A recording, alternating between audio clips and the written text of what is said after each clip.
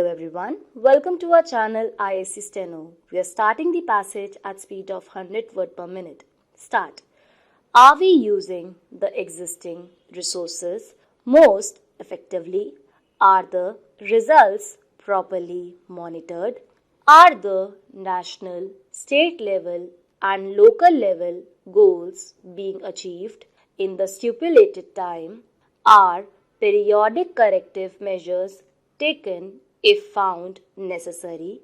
Does our public healthcare system place the patients and the people at the center of its concern? These are the questions I would like our health administrators to constantly ask themselves and find satisfactory answers to them. But these are also the questions that I would like our healthcare practitioners in the private sector to address. We cannot think of the public healthcare system and the private healthcare system to have divergent objectives. The two must supplement and complement each other. This is where I see a unique model for both the public and private healthcare systems in the hospital projects inspired by Her Holiness Amma. What makes this an exemplary model is the missing link of seva or the spirit of service.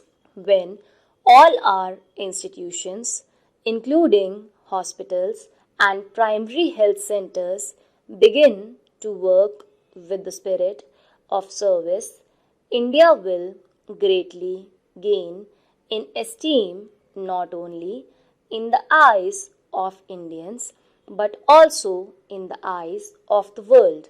We should therefore be grateful to Amma for spreading the message of service. Amma's emphasis on compassionate service is also visible in the other scheme which I have the honor of inaugurating. Today, the keys to the first 5,000 houses for the homeless are being distributed here, and I am sure that Amma will accomplish her target of 25,000 houses within the next 5 years. I am told that all the ashram residents and household devotees of Amma have been actively involved in the construction of these houses for the poor. Their pure love, which is not limited to any particular community or religion, has made these houses into true temples of love. The most valuable dividend these projects declare is the inner joy and sense of satisfaction shared by everyone associated with them.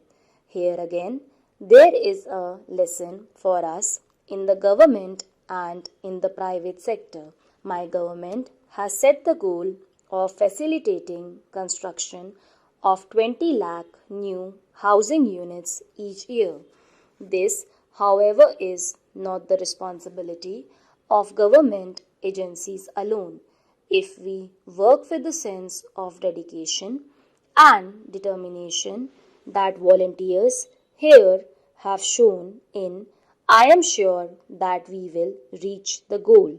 In this, my first official visit to Kerala, I cannot but express my happiness and appreciation at the many marvelous achievements of your state, especially in the fields of health, education, arts and culture.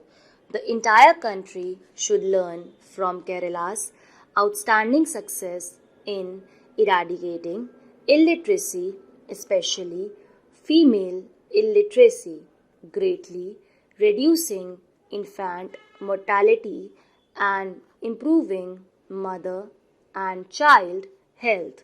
All this could not have become possible without a long tradition of progressivism and social reform.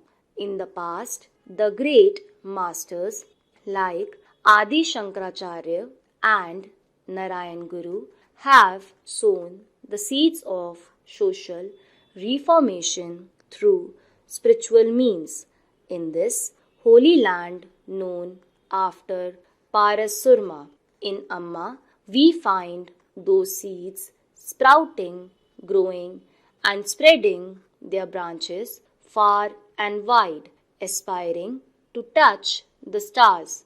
The years to come, I believe, will certainly witness momentous transformation brought about by Amma in the socio-economic scenario of Kerala and perhaps in the whole nation. That will be the fulfillment of my participation in today's function. I would like to digress at this point to say something about a matter which has attracted national and international attention. It is a digression and yet closely related to the health, well-being and security of the nation. On May 11 and 13, India conducted 5 nuclear tests and thereby announced its emergence as a nuclear weapon state. We did so on the basis of our own sound and careful appraisal of the regional and global security scenario. When India was being surrounded by nuclear weaponry, we could not have allowed the country to be taken by surprise. Besides, India could not have succumbed to pressures to sign discriminatory treaties which had utterly failed to bring about any progress in global nuclear disarmament. I would like to measure the international community that the nuclear test will make no change in India's long and vigorous pursuit of peace in the region and in the world. Ours will never buy weapons of aggression. Our bold action has found support in all sections of Indian society and polity, reflecting a deep national consensus on this vital issue of national security. It has created an atmosphere of unity and self-confidence from Kerala to Kashmir.